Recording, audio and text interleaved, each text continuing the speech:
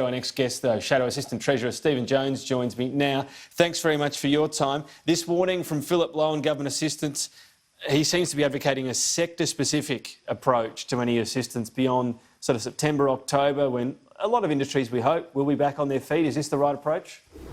Oh, look, I think all the evidence to Parliament yesterday, whether it was APRA, the banking regulator chair, Wayne Byers, whether the Reserve Bank governor, they're all saying the same thing. It's completely untenable for the JobKeeper payments to fall off a cliff in September, for the job seeker payments to be wound back in September, and the $260 billion worth of loan deferrals, which have been granted by our banks to households and small businesses, to cease. And we don't have one almighty crash. So to give certainty to Australian consumers, to households, to give certainty to businesses for them to be able to want to offer jobs to their existing employees and plan opening their business for new employees, they need a plan from the government. If the fiscal disaster happens, it will be because the government hasn't provided the plan and the security, which may include an extension of JobKeeper. It may include a bunch of other things that we've been talking about, but no plan is just not tenable. But just on JobKeeper, sector specific, would that be a smart approach? I mean, if you extend it full stop, you can easily get anyone applying for it still. You know, a barrister that's slightly down on their wages, any given white-collar employee. I mean, there's only so much the government can spend, so you need a tailored approach. Would you agree with that? Yeah, Tom, good point. There's some obvious anomalies with the system right now. I've been saying for some time that it makes no sense that somebody can get a pay rise out of JobKeeper and somebody else can be excluded. There are whole sectors of the economy that are excluded, whether it's the entertainment industry, industries exposed to overseas tourism, for example. Nobody's assuming that they're going to snap back in September, October. So we need a plan for those industries, particularly those intermittent casual workers. So extending JobKeeper to these workers in these industries makes absolute sense, and the government should be integrating that into its plan. Well, Labor clear on that. What about the deferred loans you mentioned? So these are people or businesses that have been able to go to their bank, get agreement to defer the loan, the interest accrues, so it's not an ideal situation. We don't know how many will still be in this situation, but you mentioned the total amount of loans. What should happen to these people? Because loans are deferred or in arrears, or people default every year. What should happen to this group? Do they get special treatment? What's the solution? I think we need a coordinated approach, and this means the regulator and the government need to work together on this. If you just take the small business sector alone, $60 billion worth of loans have been deferred until September, October. If all of those payments come on at the same time as perhaps the rent deferrals that they've negotiated with their landlords, utility bill deferrals that they've negotiated, in the end of JobKeeper, they're just simply going to close the door. They'll throw their hands in the air and say to their workers, sorry, we can't keep you on. So we need an integrated approach which has the banks working in hand with their regulators to ensure that if those businesses are going to be viable, then they need some support working through. And this gets back to my point, Tom, you can't have $60 billion worth of loans reassessed in a one-week period at the end of September.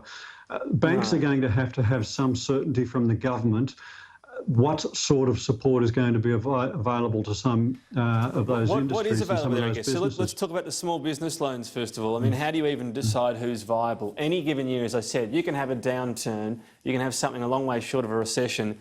Businesses can't pay loans, they go broke, that happens. So how do you decide, are you saying we save some of them, the so-called viable businesses, and how do we do that? Yeah, look, can I get back to the point? When a bank is sitting down talking to a small business, they're going to be looking at what their plan to get out of this crisis is. Some of the things they're going to be assessing are what their existing liabilities going forward, particularly for the next 6 months, are going to be, and whether they can trade out of this. One of the things they're going to be looking at is whether the government's wage subsidy and other like assistance is going to continue. If it's not going to continue, the answer from the bank manager is going to be, I'm sorry, I can't see how you're going to get out of this.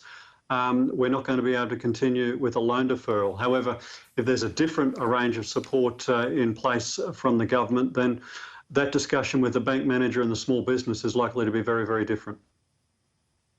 But you get the issue here. Obviously, every business can't be saved. It's a difficult choice. Are you saying it's up to banks to make these decisions? You hope there's some extra support, you get another 6 months, and that will save enough of them. We will lose businesses. People will lose homes during this crisis. It's about, you think the government can minimise that number? But look, if we can save a viable business and if we can ensure that a viable business has a plan to get out of the crisis, then we should do everything we can to ensure that we do that. Because every business we save is a job we save. Every business we save is half a dozen employees who are otherwise on unemployment benefits. So I think it's worth the effort. I think it's worth the investment to have government working together with the banking sector and the small business sector to put in place an integrated package. You're right, Tom, some businesses are going to fall over, but I think the success here is the measure of the number of jobs we can save and new jobs that we can create. Of course, in the area that I look after down here on the south coast of New South Wales, a lot of businesses were adversely affected by bushfires and by drought going into this crisis, so they are struggling. So I think region by region, sector by sector approach is going to be needed. And I think ongoing support, as I've said before, ongoing support is going to be needed in some of those regions which increasingly have a concentration of reliance on either universities and foreign students or on international tourism. And I just don't think we can have a drop-off of support in September. How does that work? So and in a particular region, sorts. there's extra assistance available to households, as an example, if they're in arrears on their home loan and you live in a particular area and it all gets linked up, they get extra assistance compared to the rest of the country? Look, I think we should have some support that operates across the economy as a whole. And the sorts of support that we've had up to now includes the JobKeeper arrangements, includes the loan deferrals, includes the rent deferrals. I think moving forward, we'll need some regionally specific arrangements in place to deal with those regions that are more harshly impacted. That may include special packages of infrastructure and stimulus support. We've done that in the past, where we've had regionally specific economic stimulus packages for parts of regional Australia, and I think we're going to have to do that again. In fact, I'm certain we are going to have to do that again. Otherwise, these regions are going to fall over. Interesting call, but we're out of time. Stephen Jones, we'll talk again soon. Thank you. Great to be with you.